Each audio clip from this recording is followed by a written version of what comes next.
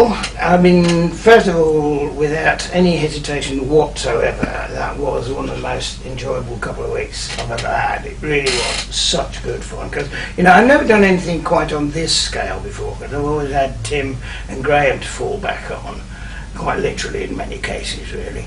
But but this, doing it on my own, don't tell them, will you? But I actually prefer it, because I do have a fairly healthy streak of megalomania in me, and I'm used to doing wildlife programs totally on my own and sort of ad-libbing my way through. And it's very hard to do that when you've got 2 or 3 people, you know, just get in each other's way. So I love that side of things. Overwhelmingly, though, I had to say, it was just the sheer, what's the word, really, friendliness. And it sounds almost soppy, but sort of almost gratitude from when people came up, not just at the shows, but in the street and stuff like that. And they come and say, excuse me, you know, you've been Oddie, I grew up with the Goodies and this sort of thing. And then, thank you.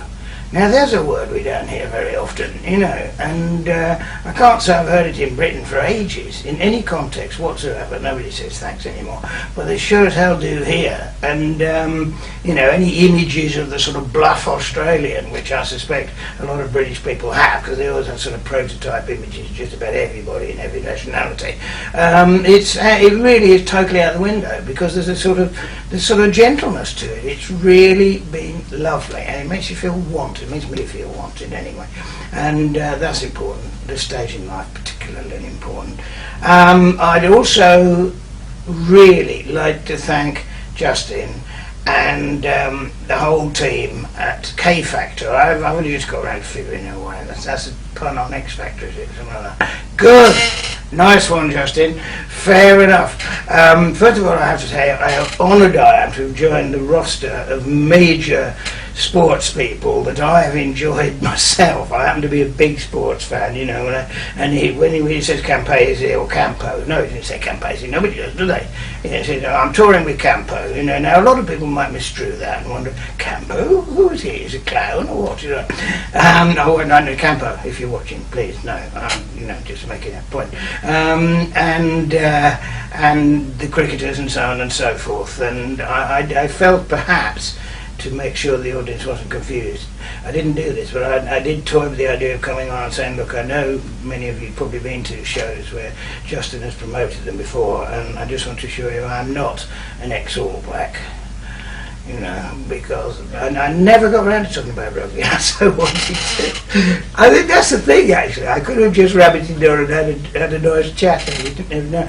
And I just want to go back to the organisation. That was absolutely terrific, because believe me, I've done a certain amount of touring, not a huge amount, but I do know how vulnerable you feel if you're performing in the evening and you turn up to a theatre. This is why I gave up doing a lot of this sort of thing in Britain, because I would turn up at the theatre and dropping things. Oh, hang on, out of shot and back in shot. Those are DVDs and CDs, don't worry about them, stop playing.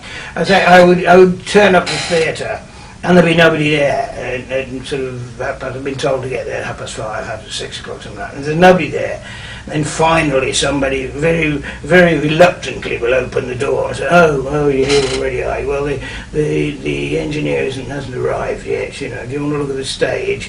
And I'll go through the stage, and it looked like it's never been used for, you know, hadn't been used for weeks, and there's dust everywhere. And then I used to use a lot of projectors in the old days for showing slides. The projector wouldn't work. We'd shoot slides out all over the place. The microphones would sort of crackle and pop and feedback, just about everything, and it got very, very lonely.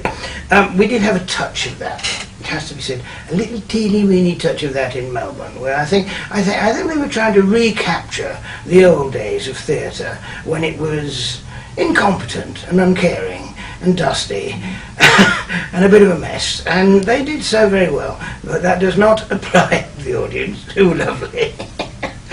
Oh, I'll never get back, will I?